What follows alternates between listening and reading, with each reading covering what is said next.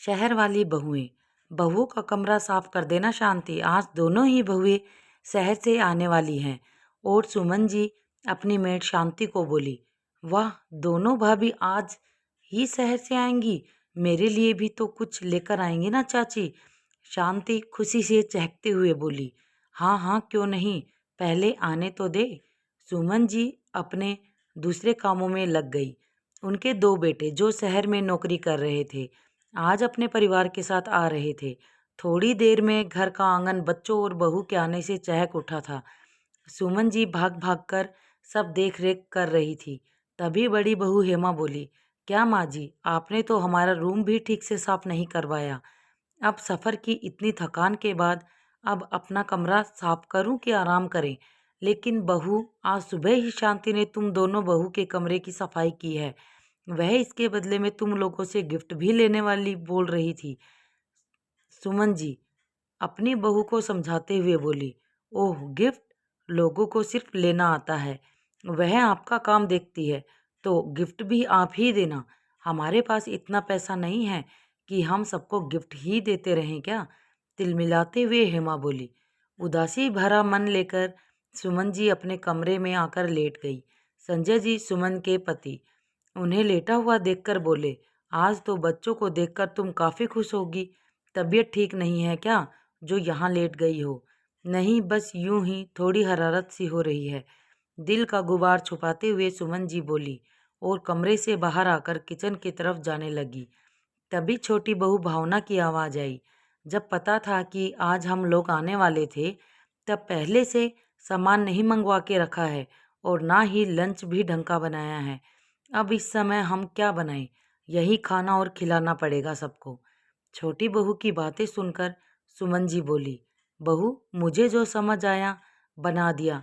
अगर तुम्हें पसंद ना हो तो यहाँ चिप्स रखे हैं, तुम बना लो खुद के लिए। वह तो मैं बनाऊंगी ही, लेकिन आपने तो कुछ भी तैयारी न की थी और किचन भी कितना गंदा है। मैं तो अब यहाँ साफ सफाई के बाद ही कोई काम कर पाऊंगी। गुस्से में भावना बोली। सुमन जी को भी गुस्सा तो काफ़ी आया, पर अभी कुछ बोलना सही ना समझती हुई थोड़ी उदास सी आकर बाहर बैठ गई। बच्चे भी तैयार होकर वहाँ खेलने लगे। बच्चों की शैतानियाँ और तोतली बातों को संजय जी और सुमन जी काफ़ी खुश होकर सुनने लगी। तभी दोनों बहुओं की अंदर घर से खटपट सुनाई देने लगी। अब तो रोशनी जी की भी हिम्मत जवाब दे गई थी। सो वह वहीं पेपर पढ़ रहे बेटे को बोली, बेटा एक बार देखो तो वह दोनों आपस में क्यों उलझी पड़ी हैं। बेटा अंदर से थोड़ी देर में आकर गुस्से में बोला, क्या माँ पापा, जब आप लोगों को पता था कि हम आने वाले हैं तो दूध और घर की बाकी चीज़ें क्यों नहीं मंगवा कर रखी। अब बच्चों को भी दिक्कत होगी। यह सुन संजय जी सुमन जी से बोले, आज तो आपने सारा सामान मंगवाया था ना, फिर कम कैसे हो गया। सुमन जी तब तक किचन में जा चुकी थी। उनको देख बड़ी बहू हेमा बोली, जब इतने सारे लोग आएंगे तो खर्चा भी बढ़ेगा।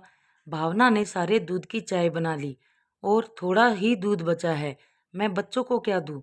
हेमा की बात सुन सुमन जी बोली, जितना है तुम अभी दे दो और रमन से मंगवा लो। अब जब अपना ही खाना है तो यहाँ आने का क्या मतलब। 2-4 दिन के लिए भी यहाँ आओ तो आप लोगों से ढंग की व्यवस्था नहीं रखते। हेमा गुस्से में बोली। सुमन जी का सब्र अब जवाब दे रहा था, लेकिन वह फिर भी चुप होकर हो गई, क्योंकि घर में दूसरे दिन पूजा थी। अगर वह कुछ बोलती तो घर का सारा माहौल खराब हो जाता। हेमा के गुस्से और व्यवहार से तो सुमन की उम्मीदों पर पानी फिर जाता था। अब तो उम्मीद ही छोड़ दी थी। हेमा को देखते हुए भावना भी उसी राह पर चल पड़ी थी। दूसरे दिन पूजा संपन्न हुई। पूजा समाप्ति के बाद सुमन जी को थोड़ी हरारत सी होने लगी। बहू को भी उसी दिन निकलना था।